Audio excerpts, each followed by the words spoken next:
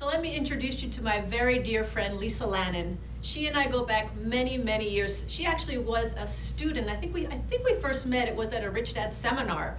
And she and I connected, and I think really why we connected, number one, she's just a wonderful person. And number two, she has a love of business and entrepreneurship, and she's very, very dedicated to learning and personal growth. And the more I hang out with her, we've traveled all over the world, we've done events together, we've taken fun girl trips, biking trips all around the world. And what's so exciting is that we're always talking about business, we're always talking about personal development, and she is so committed to always being better that she inspires me. So what's so unique about the business that Lisa and her husband Josh built is they at one point were facing some personal adversity in their life. And for a lot of people, this could have been devastating. It could have knocked them out. But instead, Josh and Lisa took what they learned, they took the lessons, and they turned it into an extremely successful business. And that's what great entrepreneurs do. When I got out of college, my thought was to go into the FBI.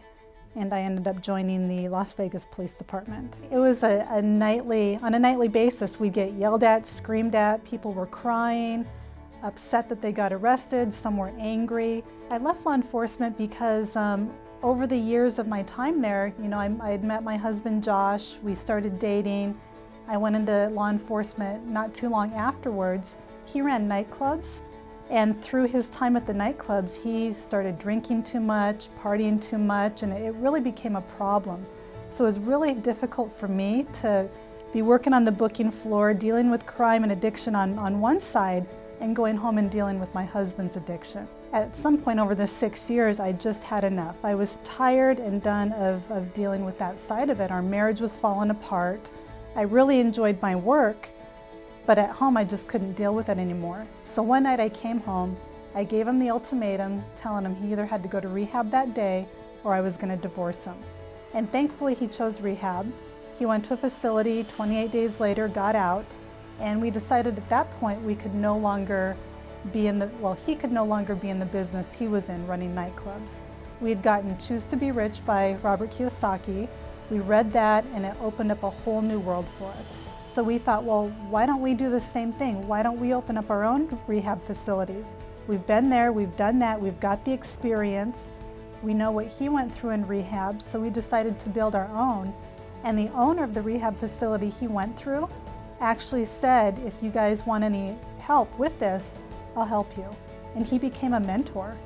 End of 2001, we started our business, got our first property in September of 2002, and officially opened the doors January of 2003. It took about 3 months before we started getting a steady stream of clients. We made a lot of mistakes, we didn't start our marketing soon enough, so there was a lot of ups and downs in between starting to get steady clients. So I grew up being taught to be an employee. You go to school, you go to college, you get good grades, you get a great job with the government. So when we decided to open our business, I knew nothing about entrepreneurship. I knew how to be a leader, I knew about mission, and I knew about teams. So when we started our business plan, we had, back in those days, the dial-up AOL internet connection, downloaded some business plan templates, did our best, went to investors to raise money. All of them told us our business plan sucked. They kept turning us down, wanting to give us SBA loans, wanting us to go back to school and get degrees in counseling or become doctors, and that was never in our plan. We wanted to run the operations, run the business, and hire the best doctors, hire the best therapists that had years and years of experience already under their belt. So we just went back to the Rich Dad books, looked at the BI triangle, and said, let's build it off this. They were solid, it gave us clear direction, and we built our business plan and our business around that. So when we raised the money, we asked for more than what we required for the property. So we had additional operating capital on hand as well. And those first 6 months, we repaid our investor back with his own money. So a point came when we knew the business was solid and we had a great thing going and we were healing people, and we decided, let's expand, let's grow the business. So we started buying additional properties to put our operations in. We bought another house, put another business in it, bought some condos, made them sober living facilities for clients for long term. And then in 2004, we expanded into a different state, into Arizona.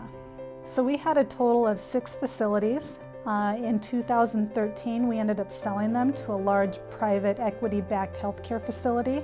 They called us one day out of the blue and said, "You're on our short list of top facilities. We'd like to look at purchasing you."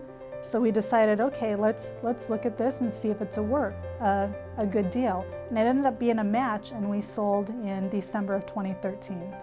Yeah, so our next facility, the one we plan on doing that's in the works right now, is called Warrior's Heart. And it's tailored specifically towards our active military, our veterans, our police officers, our firefighters, our civilian warriors, our first responders. So the current statistics are every day 22 veterans are committing suicide. 1 police officer every 17 hours commits suicide. But there's not any true private facilities where they can go and heal on a peer-to-peer basis, where they'll be with like-minded warriors who are going to understand the traumas that they went through. The reason I study with Robert and Kim and am friends with them is because they provide financial education that's not taught anywhere else.